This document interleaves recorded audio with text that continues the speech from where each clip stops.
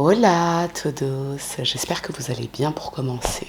Après plus d'un mois de vacances, je reprends les tournages, c'est tellement bizarre, mais faut s'y remettre. Je reviens avec une histoire qui a à mon sens une pépite dans le domaine du true crime. C'est un cold case qui a été résolu grâce à la science des décennies et des décennies après. Quelle satisfaction, n'est-ce pas ? Ce que je vous propose à présent, c'est de cesser les digressions ici et maintenant. Je vous laisse vous installer tranquillement et puis je vous dis à tout de suite. One of the UK's oldest cold case murders has finally been solved. In 1967, Louisa Dunn was attacked in her home in Bristol, but the killer was never found until now. Pour l'histoire d'aujourd'hui, direction la ville de Bristol, au sud-ouest de l'Angleterre. C'est l'une des plus grandes villes du pays puisqu'elle compte environ 500 000 habitants. Et comme toujours avec moi, ça bouge pas. Je fais pas la différence entre Royaume-Uni, Angleterre et Grande-Bretagne, donc je vais les utiliser de façon totalement aléatoire, n'est-ce pas ? Louisa Dunn est née en mai 1892 dans le quartier d'Easton et ses parents sont Flora et Richard Jarrett. Et ce que l'on sait de leur milieu, c'est qu'il s'agit d'une famille très modeste. Richard était cultivateur et Flora était femme au foyer, comme c'était souvent le cas pour les femmes de l'époque. On a peu d'informations sur l'enfance de Louisa, mais ce qu'on sait, c'est qu'à l'âge adulte, elle a rencontré celui qui deviendra son premier mari, Edwin Parker. On a peu d'informations sur lui ou sur le contexte de leur rencontre, s'ils s'aimaient bien par exemple, mais ce que l'on sait, c'est qu'ils se sont mariés à Barton Hill en septembre 1915. Louisa donne ensuite naissance à 2 filles, Edna en 1916 et Iris en 1920. Les années qui suivent, tout se passe relativement bien pour le couple. D'après les témoignages de l'époque, Louisa et Edwin s'entendaient plutôt bien. Et ils parviennent rapidement à accéder à un statut plus élevé. Edwin s'engage dans la politique avec le soutien de Louisa, il était au parti travailliste, et à partir de là, il commence à fréquenter les milieux mondains. Au début des années 1940, Edwin est élu conseiller municipal et il est tout de suite très apprécié, que ce soit par ses administrés, par ses collègues dans la politique et par son voisinage. On dit de lui que c'est un homme qui a d'excellentes manières et qui prend très à cœur son travail. Il devient tellement populaire qu'il est pressenti pour devenir le prochain maire de Bristol. Mais en 1942, il fait un AVC. Et pour ceux qui ne savent pas ce que c'est, petite parenthèse médicale. L'AVC, c'est quand le sang n'arrive plus correctement au cerveau, soit parce qu'un vaisseau s'est bouché, soit parce qu'il s'est rompu. Les conséquences, c'est que ça peut abîmer le cerveau et ça peut provoquer des problèmes comme une paralysie, des difficultés à parler ou des difficultés à bouger. C'est ce qu'il se passe dans le cas d'Edwin. Il est désormais paralysé, donc il doit se déplacer en fauteuil roulant et il finit par mourir 3 ans plus tard. Bon, on ne sait pas exactement quelle est la cause de sa mort, mais ça doit sans doute avoir un rapport avec cet AVC. Ou pas. J'en sais rien. Et bien sûr, ce décès, c'est une catastrophe pour Louisa. Alors tout d'abord parce qu'elle perd son mari, ils étaient quand même mariés depuis 30 ans. Mais il y a aussi le fait que c'était Edwin qui subvenait à ses besoins et qui lui permettait d'avoir un niveau de vie élevé. Grâce à lui, elle pouvait fréquenter les soirées mondaines de la ville, elle pouvait fréquenter le beau monde, on va dire. Et après la mort d'Edwin, Louisa n'est plus invitée nulle part. C'est très compliqué à vivre pour elle, parce qu'elle s'était habituée aux soirées avec des convives éduqués et riches, elle avait une certaine réputation, et là, elle a tout perdu. Et c'est pas comme si elle peut trouver un emploi pour maintenir son niveau de vie. On est dans les années 40, elle vient d'un milieu très pauvre, elle a plus de 50 ans, donc à part l'usine ou le remariage, elle n'a pas vraiment beaucoup de choix. Donc en 1950, elle se remarie avec un dénommé John Dunn. Et c'est pas un mariage d'amour, vous vous doutez bien. On n'a pas énormément d'informations sur cet homme, si ce n'est qu'il est très âgé et qu'il est veilleur de nuit à la retraite. Louisa et John vivent au rez-de-chaussée d'un petit immeuble à Bristol et ce mariage se passe bien. En tout cas, les journaux de l'époque n'ont rien rapporté de particulier par rapport à ce remariage. Et en 1961, Louisa devient veuve pour la 2e fois. Mais comme je vous l'ai dit, John était assez âgé par rapport à Louisa, donc on va dire que c'est assez logique. À la mort de John, Louisa a 68 ans, donc disons qu'elle est un peu trop âgée pour penser à se remarier encore une fois. Et de toute façon, elle touche une partie de la pension de son mari, donc elle n'a pas vraiment le besoin d'être prise en charge. Et d'après les journaux qui ont relaté cette affaire, à ce moment-là, Louisa n'est plus très proche de ses filles, Edna et Iris. Ce sont les 2 femmes qui auraient pris leur distance avec leur mère parce qu'au fil des années, Louisa aurait commencé à boire, beaucoup boire. En fait, elle était devenue alcoolique. Et ce qui ressort des journaux de l'époque, c'est qu'après la mort de John, Louisa s'est complètement renfermée sur elle-même. Elle ne sort presque plus de chez elle et les seules personnes qu'elle fréquente, ou plutôt avec qui elle parle de temps à autre, ce sont ses voisins. Tous la trouvent plutôt sympathique, mais elle donne pas vraiment l'impression de vouloir se lier d'amitié avec eux. Ils la voient comme une vieille dame qui tient à garder ses distances et qui n'a pas vraiment besoin de compagnie. Et tous ont également remarqué à quel point elle semble fragile au fil des semaines et des mois. Elle mesure 1m60 pour 44 kg seulement. Est-ce que c'est l'alcool qui l'a rendue rachitique ? C'est possible. En tout cas, les années qui suivent le décès de John, Louisa est de plus en plus isolée. Le 27 juin 1967, aux alentours de 22h, l'un des voisins de Louisa sort son chien dans le quartier avant d'aller se coucher. Et lorsqu'il passe devant chez Louisa, il la voit assise sur sa terrasse au rez-de-chaussée. C'est quelque chose qu'elle a l'habitude de faire. Elle s'assied et elle regarde les gens se promener. Donc ce voisin l'a salué et il continue son chemin. Un peu moins de 2 heures après, aux alentours de 23h45, une autre voisine de Louisa, Violette Fortune, se réveille en sursaut après avoir entendu un cri strident. Et c'est pas la seule, puisque 2 autres voisins ont également entendu ce cri. C'est très inquiétant parce que c'est assez inhabituel dans le quartier. C'est un endroit très calme, surtout la nuit. Mais aucun de ses voisins ne prévient la police. Alors il y a plusieurs raisons à ça. Déjà, on est en 1967, tout le monde n'a pas le téléphone chez soi. Et il n'y a eu qu'un seul cri, donc tous se sont dit que c'était pas très grave, ou alors chacun a pensé que quelqu'un d'autre préviendrait la police. Et là, on ne peut pas s'empêcher de penser à l'affaire Kitty Genovese dont je vous ai parlé à plusieurs reprises sur la chaîne. Le fameux bystander effect, l'effet témoin. L'explication, c'est que plus il y a de témoins, moins chacun est susceptible d'intervenir. C'est soit à cause de la dissolution de la responsabilité, quelqu'un appellera à ma place, soit on se dit qu'il n'y a rien de grave en réalité. Toujours est-il que le lendemain matin, Violette, la voisine qui avait été réveillée par le cri, dépose le journal devant la porte de ses voisins, et notamment devant la porte de Louisa. C'est quelque chose qu'elle fait tous les jours, mais cette fois, Violette est intriguée. Contrairement à tous les voisins qui ouvrent leur porte pour récupérer le journal, Louisa ne sort pas, et tout au long de la matinée, elle ne sort pas de chez elle. Quand Violette repasse devant sa porte en fin de matinée, le journal est toujours sur le paillasson. Le journal papier, à cette époque, c'est comme allumer les infos à la télévision. C'est un rituel le matin, donc c'est bizarre. Et Violette n'est pas la seule à trouver ça bizarre. Tous les voisins ont le même ressenti. En fin de matinée, une autre voisine, Violette Allen, décide d'appeler Louisa à travers sa porte, mais aucune réponse. Dans la mesure où Louisa habite au rez-de-chaussée de l'immeuble, Violette se rend devant sa fenêtre pour voir si tout va bien à l'intérieur du logement. Mais là aussi, quelque chose l'interpelle. La fenêtre de la chambre de Louisa est ouverte. Ça, c'est quelque chose que Louisa ne fait jamais. Elle ne laisse jamais aucune fenêtre ouverte. Quand Violette se penche pour regarder à l'intérieur de l'appartement, elle aperçoit Louisa étendue sur le sol du salon. Alors au départ, Violette pense que Louisa a peut-être fait un malaise, vu qu'elle est âgée, surtout qu'elle a allongé face contre terre. Elle entre aussitôt dans l'appartement par la fenêtre pour porter assistance à Louisa, mais lorsqu'elle s'approche d'elle et qu'elle la touche, elle remarque tout de suite que son corps est froid. Bon, nous on sait ce que ça veut dire, n'est-ce pas ? Violette retourne chez elle pour prévenir les secours, et lorsque la police et l'ambulance arrivent sur place, ils constatent que Louisa est déjà morte, mais pas à la suite d'un malaise. Louisa a plusieurs entailles et ecchymoses au niveau de son visage et il y a un bas enroulé autour de sa gorge. Bon, il n'y a aucun doute possible à ce stade, Louisa a été tuée, mais les policiers notent également un autre détail troublant. Les sous-vêtements de Louisa sont baissés au niveau de ses genoux. Là aussi, il n'y a pas vraiment de doute possible, elle a été violée avant d'être étranglée. Autant vous dire que lorsque la nouvelle se répand dans le quartier et dans la ville, c'est la stupeur. Une femme de 75 ans violée et étranglée à son domicile, c'est hors du commun pour l'époque. Le corps de Louisa est autopsié et le médecin légiste confirme que Louisa a bien été violée puis étranglée. Il a pu récupérer des traces de sperme dans le sexe de Louisa. Alors à cette époque, on ne peut pas isoler de l'ADN, vous vous doutez bien, mais on peut quand même déterminer le groupe sanguin du tueur. Et ça, c'est utile pour éliminer des suspects, même si ça ne permet pas de découvrir le tueur. Et on retrouve également quelques poils et quelques cheveux courts et noirs sur Louisa. On suppose qu'il s'agit des poils et des cheveux du tueur. Concernant l'enquête, l'appartement de Louisa est fouillé par les enquêteurs et ce qu'ils notent, c'est qu'il manque de l'argent liquide. Alors on ne sait pas quelle somme exactement, mais il n'y a plus de liquidité dans les affaires de Louisa. Donc on suppose que cet argent a été volé par le tueur. À l'époque, c'était presque la norme que des gens gardent de l'argent liquide chez eux. Donc s'il n'y a pas d'argent chez Louisa, c'est qu'il a été volé. Il s'agirait donc d'un viol suivi d'un vol, ou alors l'inverse, un vol suivi d'un viol. Mais pourquoi avoir ciblé Louisa Dunn en particulier ? Tous les voisins de Louisa sont interrogés. Ce qu'ils racontent à la police, c'est qu'il y avait des rumeurs qui circulaient selon lesquelles Louisa était une femme très riche. Est-ce que celui qui l'a tuée l'a ciblée pour ça, justement ? Alors Louisa n'était pas spécialement riche, mais comme c'était une femme isolée qui s'habillait, on va dire, assez correctement et qui sortait très peu de chez elle, eh bien certains dans le quartier pensaient que c'était parce qu'elle protégeait un pactole, une sorte de magot, de l'argent liquide et pourquoi pas de l'or. Toujours est-il que pour la police, le vol est la motivation principale, et le viol est purement circonstanciel. Mais c'est vrai que c'est quand même sacrément bizarre de violer une vieille femme de 75 ans si on cherche au départ à lui voler de l'argent, non ? Quoi qu'il en soit, la police découvre également une empreinte de paume de main sur le rebord de la fenêtre. Le plus probable, c'est qu'elle appartient au tueur, vu qu'il est entré ou sorti par la fenêtre. Dans la mesure où la porte était fermée à clé, on suppose qu'il est entré ou sorti par cette fenêtre. Et vu qu'il s'agit d'un quartier plutôt tranquille où tout le monde se connaît plus ou moins, la police suppose que le tueur habite dans le coin. Comment aurait-il été au courant des rumeurs sur la présumée richesse de Louisa, sinon ? Pour les enquêteurs, c'est forcément quelqu'un du coin. Donc les semaines et les mois qui suivent, les autorités prélèvent les empreintes de plusieurs milliers d'hommes qui vivent dans le secteur pour tenter de trouver une correspondance. Mais il n'y en a aucune. On ne sait pas précisément à combien de personnes on a relevé les empreintes pour les comparer, puisque les sources varient, mais apparemment on est entre 5 000 et 20 000 personnes. C'est énorme pour l'époque. D'ailleurs, les efforts mis en place par les autorités sont sans précédent à ce moment-là. Mais malgré tous les efforts déployés, ce meurtre reste un mystère à Bristol. Il n'y a aucun suspect.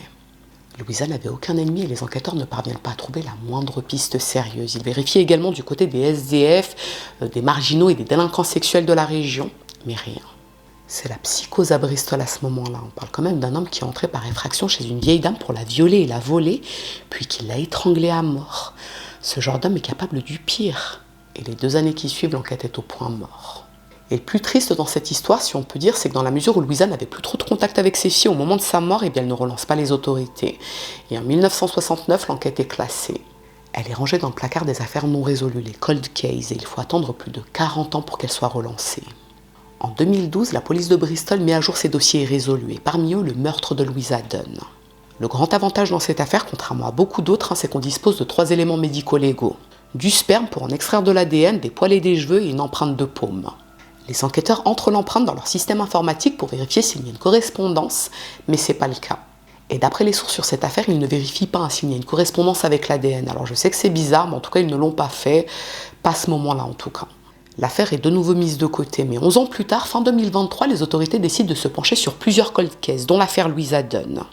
Et c'est l'enquêteur Dave Marchand qui est chargé de ce dossier. Dites-vous que c'est la plus vieille affaire de la liste des cold cases. Mais cette fois, Dave Marchand se penche sur le sperme retrouvé dans Louisa.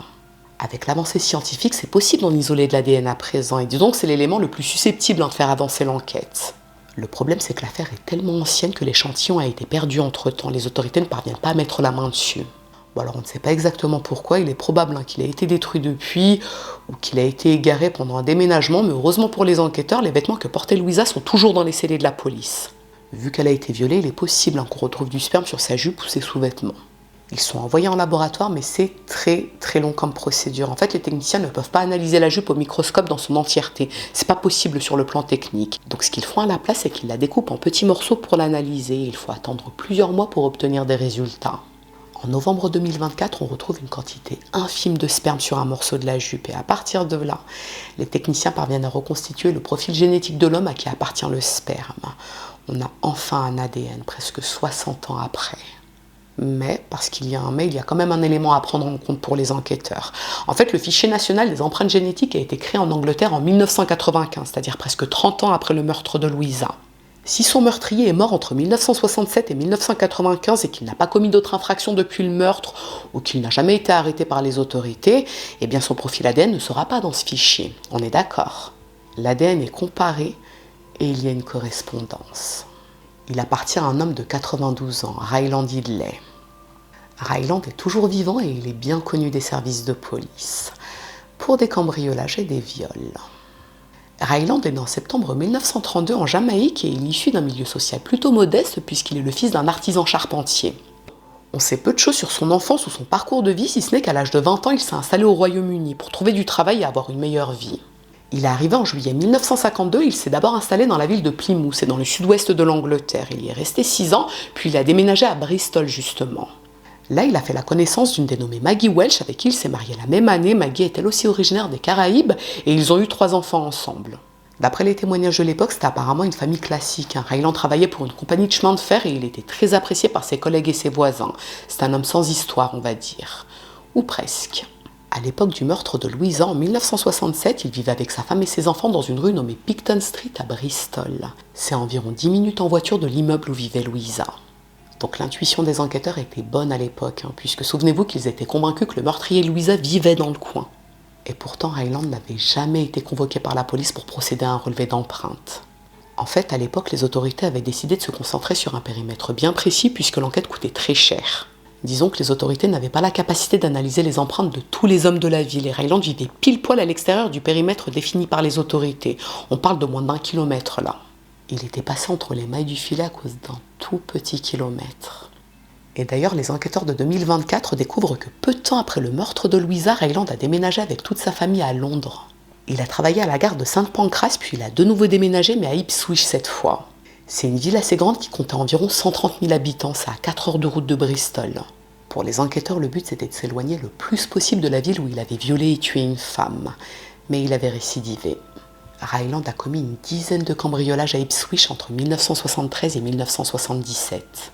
Et c'était systématiquement ou presque des maisons où vivaient des femmes âgées seules, comme Louisa Dunn.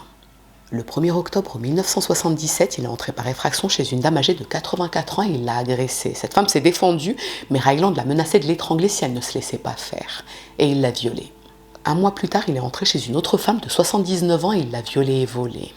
Ryland était âgé de 45 ans à cette époque, mais ce qu'il est important de préciser pour ces deux crimes, c'est qu'à chaque fois, il n'a pas volé une grosse somme d'argent, c'était moins de 10 livres sterling. J'ai fait la conversion de mon côté, ce serait l'équivalent d'environ 50 € aujourd'hui. Qui prend le risque de cambrioler pour aussi peu? Est-ce que le vrai mobile, c'était pas plutôt le viol? Et le cambriolage servait peut-être juste à se voiler la face en réalité. Peut-être que dans l'esprit de Ryland, c'était plus acceptable de se dire qu'il allait cambrioler chez des vieilles dames. Et ensuite il les violait, plutôt que de se dire qu'il se rendait chez des vieilles dames pour les violer. Quoi qu'il en soit, ces femmes ont déposé plainte à l'époque, et Ryland a été arrêté quelques semaines après. Il avait notamment laissé ses empreintes digitales dans l'appartement de ses victimes. Et pour ceux qui se demanderaient pourquoi ces empreintes relevées chez ses victimes n'ont pas été comparées à celles retrouvées chez Louisa, il y a plusieurs raisons. D'abord, à l'époque, contrairement à aujourd'hui, il n'y avait pas de système centralisé avec les empreintes digitales des affaires criminelles. Et ces crimes avaient été commis dans différentes régions, donc forcément ça avait compliqué la tâche des enquêteurs. C'est pas comme aujourd'hui où tout est centralisé. À l'époque, ça restait du papier. Donc c'était très complexe. Et puis en soi, il s'agissait d'empreintes digitales. Et dans le cas de Louisa Dunn, on avait retrouvé une empreinte palmaire, pas digitale. Alors je ne sais pas si d'un point de vue scientifique, on peut relier une empreinte palmaire avec une empreinte digitale. Honnêtement, j'en ai aucune idée. Mais en tout cas, à l'époque, disons que rien ne permettait de faire converger ces affaires entre elles. Ça se dit converger ces affaires entre elles. Peut-être. Pour ces deux affaires, donc viol et cambriolage, Ryland avait été jugé en mai 1978 et il avait été condamné à la prison à perpétuité. Mais lors de son appel en 1979, sa peine avait été allégée à 7 ans de prison. Ce qui est quand même une sacrée dinguerie quand on y pense. Il est passé de la perpétuité à 7 ans de prison, mais il y a une petite explication derrière. En fait, ce qu'il s'était passé, c'est que des psychologues l'avaient interrogé en prison et ils avaient expliqué au juge que Ryland ne représentait plus un danger pour les autres. Ryland leur avait raconté qu'il regrettait ce qu'il avait fait et qu'il avait violé ces deux femmes parce que son épouse était trop accaparée par son travail. Elle le délaissait sur le plan émotionnel et physique. Donc Ryland violait des mamies. Tout à fait logique. On ne sait pas si sa femme Maggie est restée avec lui, mais en tout cas il est sorti de prison en 1981, donc il n'a fait que 3 ans de prison pour ces deux affaires. 3 ans. Les années qui ont suivi, les services de police n'ont plus entendu parler de Ryland, et dans son quartier, personne n'était au courant de son passé criminel. En fait, il était très apprécié dans son quartier même, on le voyait comme un homme d'âge mûr sans histoire, qui passait beaucoup de temps avec sa famille, et qui adorait s'occuper de son chat et de son jardin. Jusqu'en 2012. Cette année-là, il est convoqué par les autorités pour être entendu dans une affaire dont on n'a pas les tenants et les aboutissants. Alors en soi, c'est pas très important. Ce qui importe surtout, c'est que durant cette enquête, les autorités prélèvent son ADN et ils l'ajoutent à la base de données. Et c'est grâce à ce prélèvement qu'il y a enfin une correspondance fin 2024.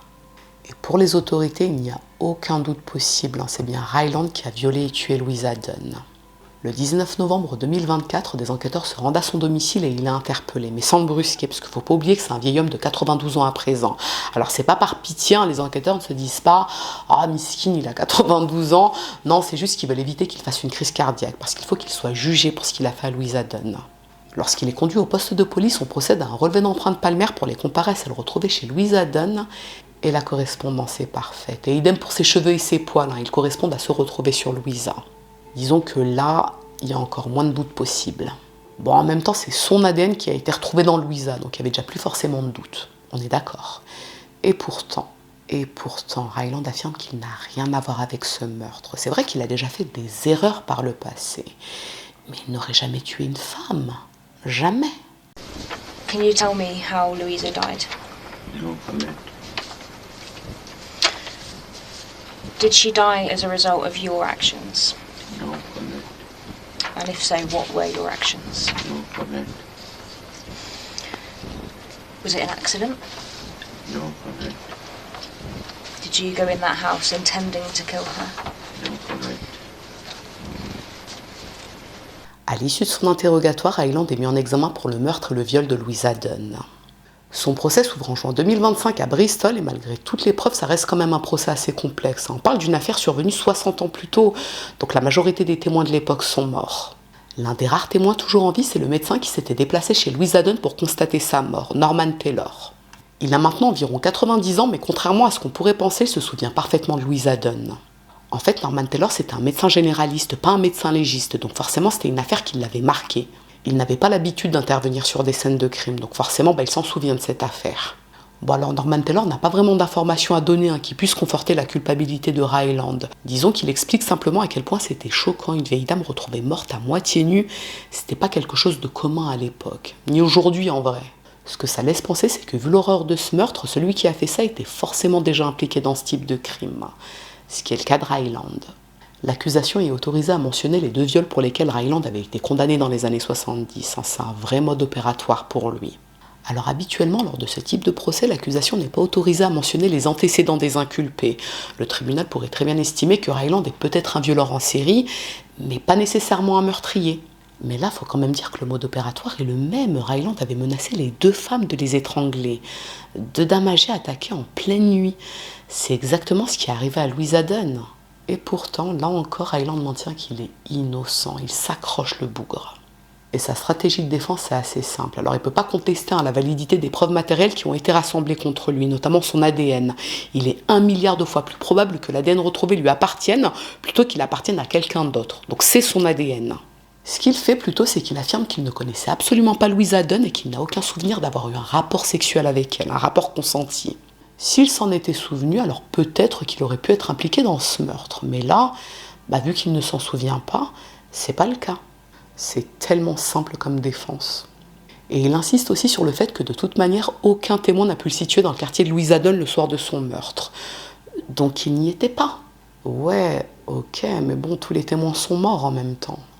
Là, on pourrait se demander que, vu les preuves accablantes contre lui, pourquoi ne pas reconnaître ce qu'il a fait, franchement ? Il a déjà 92 ans, il a un pied dans la tombe. Autant reconnaître qu'il l'a fait, non ? Eh bien justement, Ryland a 92 ans, donc même s'il plaide coupable et qu'on le condamne à une toute petite peine de prison, eh bien il va y finir sa vie, à moins qu'il vive jusque 120 ans. Sa seule et unique chance de ne pas mourir en prison, c'est d'être acquitté, donc de plaider non coupable. Mais cette stratégie ne fonctionne pas. À l'issue de son procès en juin 2025, le tribunal déclare Ryland Idley coupable du viol et du meurtre de Louisa Dunn. Il est condamné à la réclusion criminelle à perpétuité assortie à une peine de sûreté de 20 ans. Autant dire qu'il ne sortira jamais de prison, à moins qu'il vive jusqu'aux 120 ans. Qui sait ? Pour vous parler maintenant un petit peu des répercussions de cette affaire, sachez qu'il s'agit de l'un des plus vieux cold cases résolus au Royaume-Uni. Grande-Bretagne, Angleterre, voilà. Et forcément, la condamnation de Ryland, ça a donné beaucoup d'espoir aux familles concernées par des cold cases plus récents, parce que le crime de Louisa Dunn a été résolu grâce aux nouvelles technologies, notamment l'ADN. D'ailleurs, actuellement, les enquêteurs sont en train d'étudier d'autres cold cases pour vérifier si certains d'entre eux n'auraient pas pu être commis par Ryland lui-même. En fait, les policiers trouvent ça assez bizarre qu'il n'ait agi que 3 fois avant de s'arrêter brusquement. Le profil de Ryland, c'est clairement celui d'un violeur et d'un tueur en série. Et dans ce genre de crime sexuel, la pulsion qui pousse les auteurs à agir ne s'arrête pas tant qu'ils ne sont pas arrêtés. Donc quoi, Ryland n'aurait plus violé et plus tué après sa sortie de prison en 1981 ? Il n'avait que 49 ans à ce moment-là, donc c'est peu probable qu'il a arrêté alors qu'il était dans la force de l'âge, on va dire. Et justement, parmi les affaires que les enquêteurs reprennent, il y en a 3 qui les intéressent plus particulièrement et qui pourraient être rattachées à Ryland. Le meurtre d'Edna Harvey le 28 août 1984 à Ipswich. Elle était âgée de 87 ans et elle avait été tuée chez elle. Sa maison avait ensuite été incendiée après ce qui ressemblait à un cambriolage. Il y a également le meurtre de Doris Shelley le 11 février 1993 à Martlesham. C'est une ville située à environ 20 minutes d'Ipswich. Elle avait été battue à mort dans son bungalow. Et enfin, le meurtre de Karen Halls à Ipswich le 21 novembre 1993. Karen n'avait que 21 ans et elle avait été poignardée à mort chez elle. Donc, comme on dit, wait and see. Et pour ceux qui se demandent comment la famille de Ryland a réagi après son arrestation et sa condamnation, alors son épouse est décédée depuis quelques années, donc on ne sait pas comment elle aurait réagi, mais ses enfants qui sont âgés aujourd'hui ont été profondément choqués. Mais comme c'est souvent le cas pour les affaires au Royaume-Uni, les familles des condamnés sont protégées. Donc on ne sait pas, par exemple, s'ils savaient que leur père avait déjà été impliqué dans des affaires de viol dans les années 70. On ne sait pas.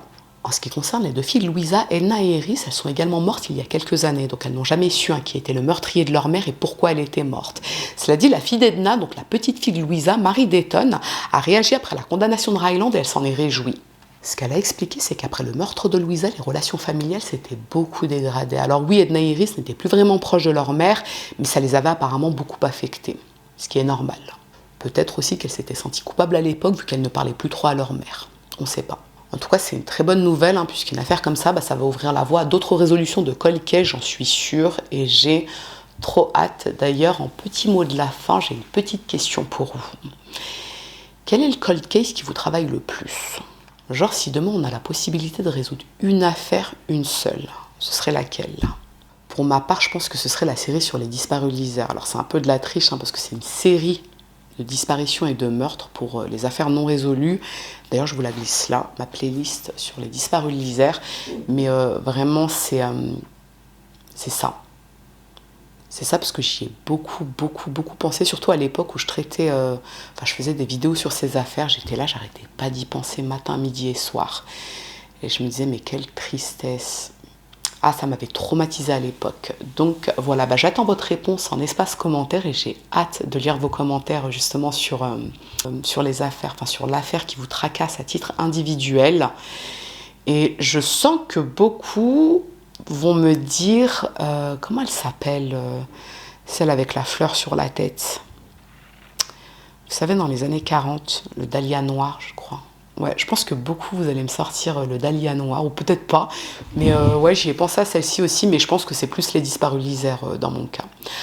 Enfin, voilà tout. Ce que je vous propose à présent, c'est que si cette affaire vous a intéressé, à défaut de vous avoir plu, n'hésitez pas à me mettre un petit j'aime sous la vidéo, mais surtout, n'hésitez pas à vous abonner, c'est encore mieux. Je vous dis à très bientôt.